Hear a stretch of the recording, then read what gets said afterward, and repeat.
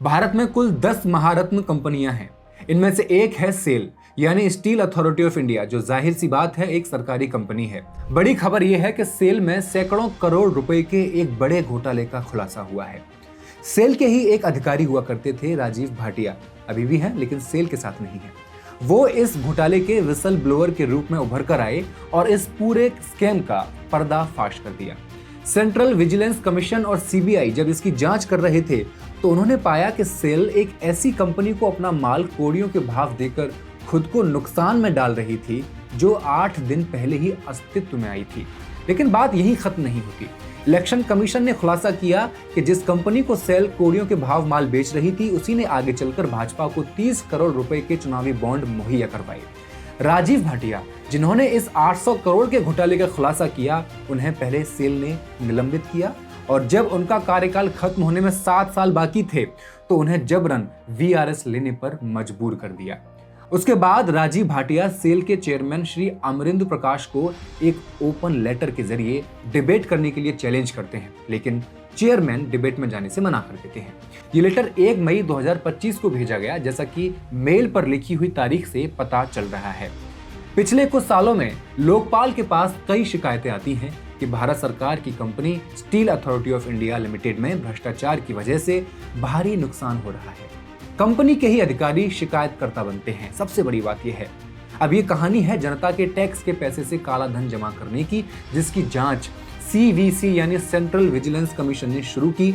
लोकपाल ने उसे सीबीआई को भेजा, लेकिन कार्रवाई के नाम पर उसी अफसर की नौकरी छीन ली गई जिसने इसके खिलाफ आवाज उठाई। तो सवाल इस तरह हैं, सीबीआई ने जांच में क्या क्या पाया? क्या ये आरोप सही है कि सेल ने एक ऐसी कंपनी को कौड़ियों के भाव माल बेच दिया जिसने बीजेपी को 30 करोड़ का चंदा भी दिया? क्या यह भी सच है कि सेल को इस पूरे प्रकरण में 400 करोड़ का या ज्यादा का नुकसान उठाना पड़ा है? और क्या है सेल में हुए इस घोटाले का सच?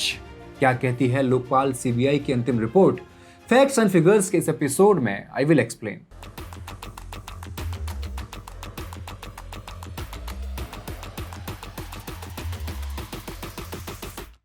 नमस्कार, मैं हेमंत और आप पॉलिटिक्स देख रहे हैं। पीएसयू वॉच नाम की वेबसाइट 20 जनवरी 2024 को एक खबर छापती है। इस रिपोर्ट में पता चलता है कि सेल के अंदर थोड़ा बहुत नहीं बल्कि बहुत बड़े स्तर पर भ्रष्टाचार चल रहा है। जब इस भ्रष्टाचार की शिकायत की गई तो 2 डायरेक्टर समेत 26 अधिकारी सस्पेंड कर दिए गए, जिनमें एक डायरेक्टर कमर्शियल वीएस चक्रवर्ती थे और दूसरे डायरेक्टर फाइनेंस AK तुलसियानी। लेकिन क्या सिर्फ सस्पेंशन से ही काम चल जाएगा? क्या इनके घरों पर भी बुलडोजर चलेगा? क्या इन्हें भी जेल भेज दिया जाएगा? और अगर भेजा जाएगा तो कब भेजा जाएगा? अगर सस्पेंशन हुआ है तो किसी आधार पर तो हुआ ही होगा। करोड़ों का घोटाला है, छोटी बात तो है नहीं, जेल जाना तो बनता है। इसके अलावा कंपनी ने बोर्ड के नीचे काम करने वाले 26 और अधिकारियों को भी निलंबित किया है, जिनमें कुछ एग्जीक्यूटिव डायरेक्टर स्तर के अधिकारी भी शामिल हैं। मामला भ्रष्टाचार से जुड़ा हुआ था तो लोकपाल को भी इसमें दखल देना ही था। लोकपाल भ्रष्टाचार विरोधी एक बॉडी है जो भारत में सार्वजनिक हित का प्रतिनिधित्व करती है। लोकपाल शुरुआत जांच करने में जुट जाता है और अपने एक आदेश में कहता है कि शुरुआती सबूतों को देखने के बाद यह साफ हो रहा है कि पूरी सच्चाई सामने लाने के लिए और इसमें शामिल अधिकारियों की भूमिका जांचने के लिए हमें सीबीआई की जरूरत पड़ेगी। लोकपाल के दखल के बाद सेल में कथित भ्रष्टाचार के 2 मामलों में सीबीआई जांच के आदेश दे दिए जाते हैं। ये मामले सेल और जिन 2 कंपनियों से जुड़े थे वो थी वेंकटेश और एवन स्टील इंडस्ट्रीज। अब आपके मन में सवाल ये होगा कि सेल पर आरोप क्या क्या थे। 20 अक्टूबर 2020 को सेल 1,40,000 मीट्रिक टन TMT बार बेचने का एक समझौता करती है। यह सौदा जिस कंपनी के साथ किया जाता है वो कंपनी रजिस्टर्ड की जाती है सिर्फ 8 दिन पहले, यानी 12 अक्टूबर 2020 को। यह अपने आप में एक बड़ा सवाल खड़ा कर देती है। सेल जैसी कंपनी जो सालों से अपने विश्वसनीय ग्राहकों के साथ बिजनेस करती आई होगी, वो 8 दिन पहले बनी एक कंपनी के साथ समझौता क्यों करेगी, उसको माल क्यों बेचेगी और दूसरा बाकी सब ग्राहकों से वो सस्ता क्यों बेचेगी उसे? शिकायतकर्ता भी यही सब सवाल उठा रहे हैं कि एक नई बनी कंपनी को इतनी जल्दी इतना बड़ा ऑर्डर कैसे मिल गया। सेल इस कंपनी को बाकी पुराने और बड़े ग्राहकों के मुकाबले बेहद सस्ते दाम पर स्टील क्यों बेचती है? जिससे उस कंपनी को तो करोड़ों का फायदा होता है, लेकिन सेल को खुद को सैकड़ों करोड़ों का नुकसान उठाना पड़ता है। इस डील को कराने में एक एग्जीक्यूटिव डायरेक्टर स्तर का अधिकारी शामिल था। उस पर आरोप लगे कि उसने मिलीभगत से पक्षपात करके ये डील फाइनल करवाई थी। सेल की एक और डील सवालों के घेरे में आती है, जो लुधियाना की A1 steel industries private limited से जुड़ी है। इस मामले में भी सेल के एग्जीक्यूटिव डायरेक्टर स्तर के अधिकारी और एक पूर्व चेयरमैन पर अपने पद का गलत इस्तेमाल करने का आरोप लगा है। शिकायतकर्ता का कहना था कि सेल ने A1 स्टील को सेमीज नाम की स्टील प्रोडक्ट इतनी कम कीमत पर बेची, जिससे A1 को भारी मुनाफा तो हुआ ही, लेकिन सेल को बड़ा नुकसान उठाना पड़ा। A1 स्टील इन सेमीज का इस्तेमाल करके नैरो विड्थ HR कॉइल्स बनाती है, जबकि सेल खुद भी HR कॉइल्स बनाती आ रही है और बेचती भी है। अब समझिए, A1 की जो कॉइल्स हैं वो सेल की कॉइल्स की तुलना में 1000 से 1500 रुपए प्रति टन सस्ती होती हैं। ये जनरल सी बात है, क्योंकि उनकी चौड़ाई कम होती है। यानी A1 सेल का सीधा सीधा कॉम्पिटिटर है। बावजूद इसके A1 को सस्ते दामों पर माल क्यों बेचा गया, ये अपने आप में बड़ा सवाल है। शिकायत में यह भी आरोप था कि सेल जानबूझकर A1 को सस्ती सेमीज बेचता रहा ताकि वो मुनाफा कमा सके, जबकि इससे खुद सेल को घाटा होता रहा। शिकायतकर्ता ने सिर्फ आरोप नहीं लगाए, बल्कि आंकड़े भी दिए हैं, जिनसे पता चलता है कि जून 2021 में सेल द्वारा A1 को बेचे गए सेमीज और सेल की खुद की HR कॉइल्स की बिक्री के बीच जो अंतर था प्रति टन, वो 20,962 रुपए का था। इस गड़बड़ी की वजह से सेल को कुल मिलाकर कथित तौर पर 231 करोड़ रुपए से ज्यादा का नुकसान हुआ।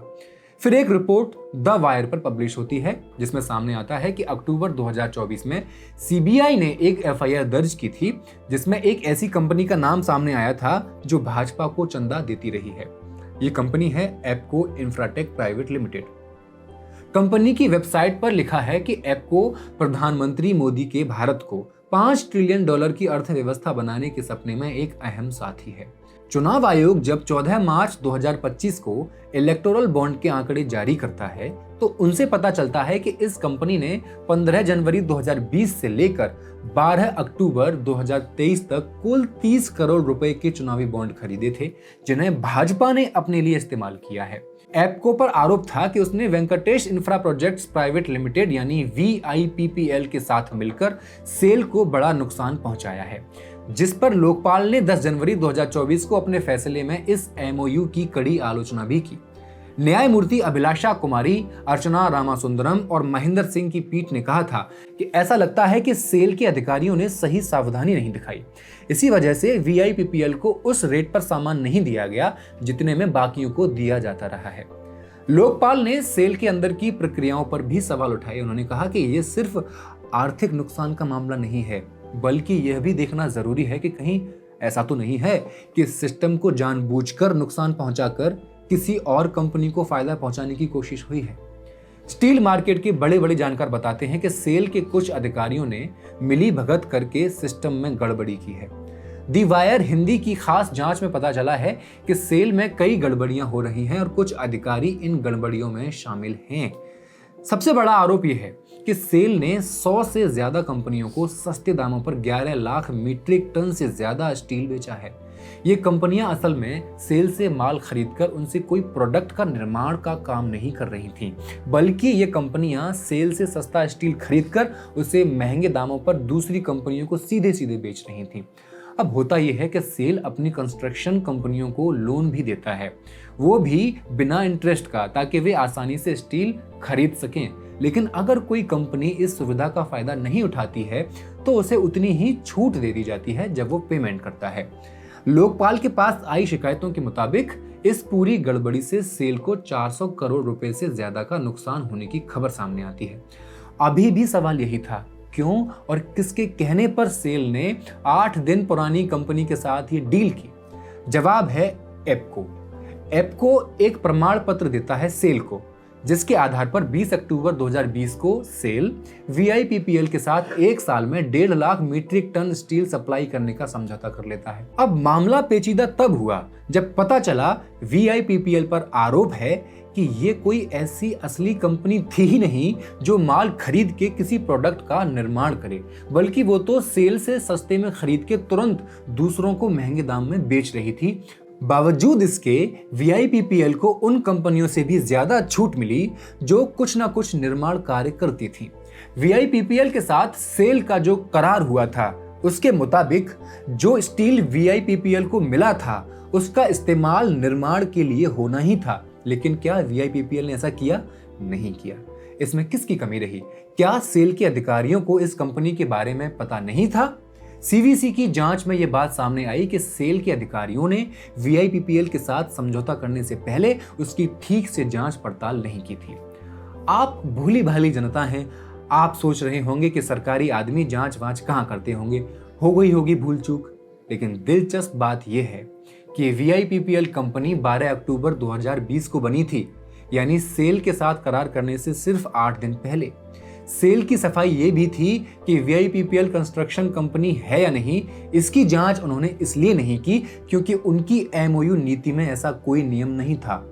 अच्छा, सेल की सफाई पर सीवीसी ने कहा यह कंपनी सेल की पुरानी ग्राहक भी नहीं थी, तो कायदे से तो वीआईपीपीएल ने जो डॉक्यूमेंट्स दिए होंगे उस पर बिना जांच परख के भरोसा नहीं करना चाहिए था, थोड़ी सावधानी बरतनी चाहिए थी।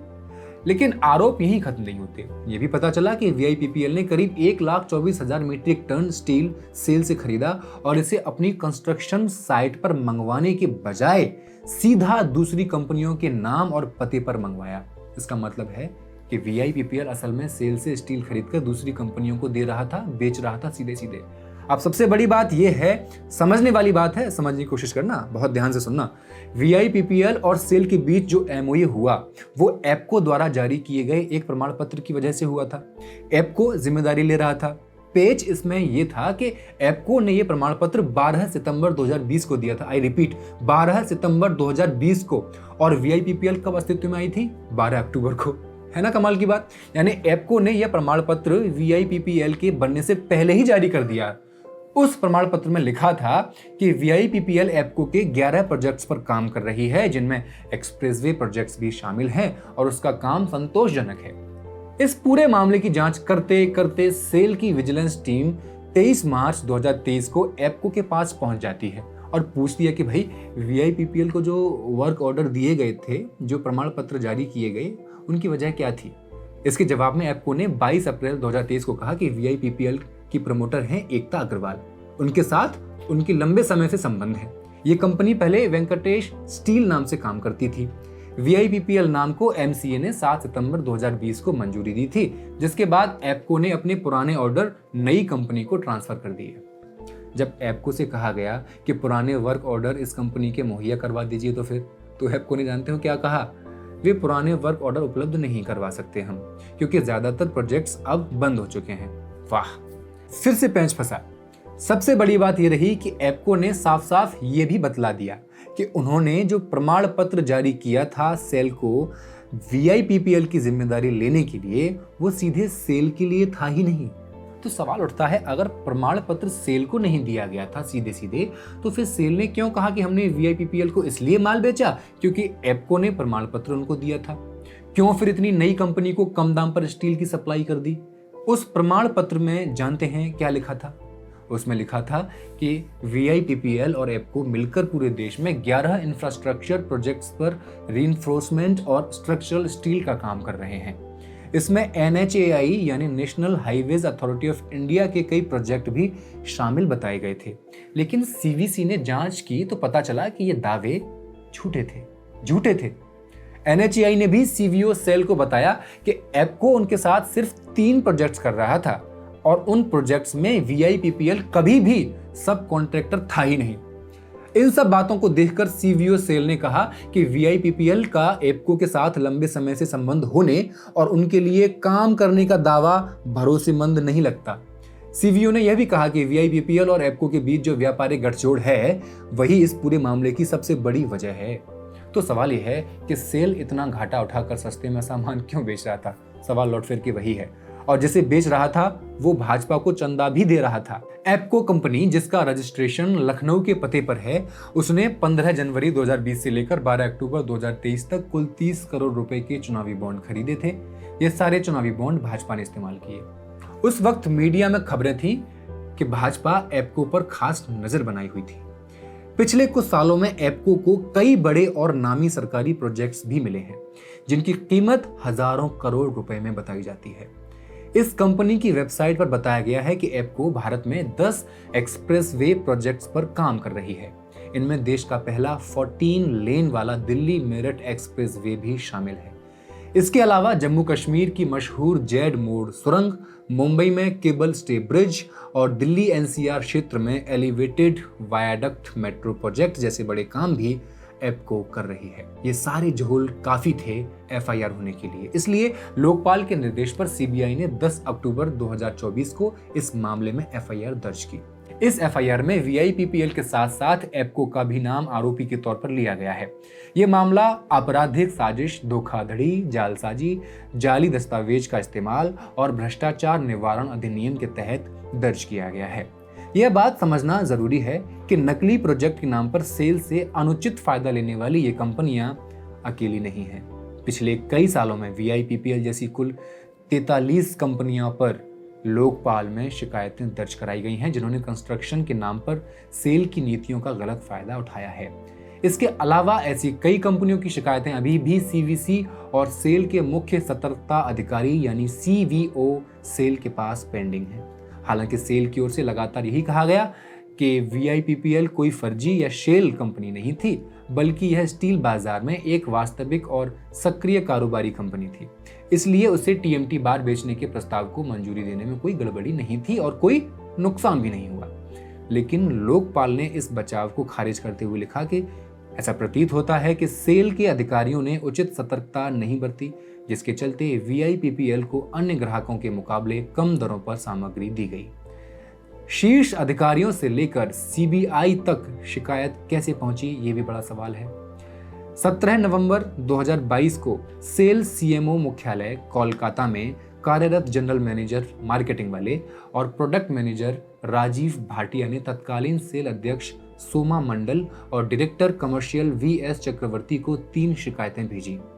इनमें पहली शिकायत वीआईपीपीएल से जुड़ी हुई थी। शिकायत भेजने के ठीक एक सप्ताह बाद 24 नवंबर 2022 को राजीव भाटिया को बिना किसी स्पष्टीकरण के निलंबित कर दिया गया। वे लगभग 10 महीने तक निलंबित रहे। निलंबन के दौरान 1 दिसंबर 2022 को भाटिया ने सीधे प्रधानमंत्री को पत्र लिखा और मामले की जांच की मांग कर दी। इसके बाद भाटिया ने 2 बार और प्रधानमंत्री कार्यालय को शिकायतें भेजी, जिनमें एप्को के अलावा कई अन्य कंपनियों का भी उल्लेख था, लेकिन कोई ठोस कार्रवाई नहीं हुई। निराश होकर उन्होंने 11 जनवरी 2023 को लोकपाल का सहारा लिया। लोकपाल ने 28 मार्च 2023 को इन शिकायतों पर संज्ञान लिया और सीवीसी को प्राथमिक जांच के आदेश दे दिए। फिर सीवीओ सेल की जांच रिपोर्ट 24 अगस्त 2023 को सीवीसी तक पहुंची।